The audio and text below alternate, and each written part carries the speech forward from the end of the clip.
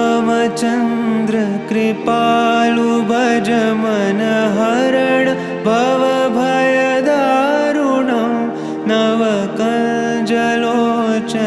कञ्जमुख करकञ्जपदकञ्जारुणं श्रीराम श्रीराम श्रीराम श्रीराम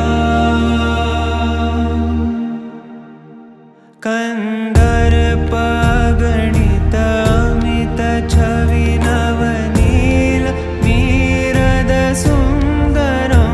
पटपीतमानहु तडित त्रुचि शुचि नौमि जनकसुतावरं श्रीराम श्रीराम श्रीराम श्रीराम भजुदीनबन्धु दिनेश दानवदैत्यवंशनिकन्दनं रघुनन्दन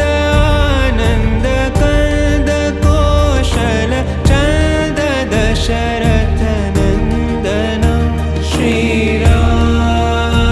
श्रीराम श्रीराम श्रीराम शिरमुकुट कुण्डल तिलक चारु दारु अंगविभूषणम् आजानुभुज शरचापधर सङ्ग्रामचितखरदूषणं श्रीराम श्रीराम श्रीराम श्रीराम इति वदति तुलसीदास शङ्कर शेषमुनि मनरञ्जनं मम हृदयिकञ्जनिवास कुरु कामादिखलदल गञ्जनं श्रीराम श्रीराम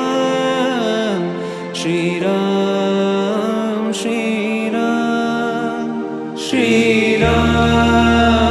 श्रीराम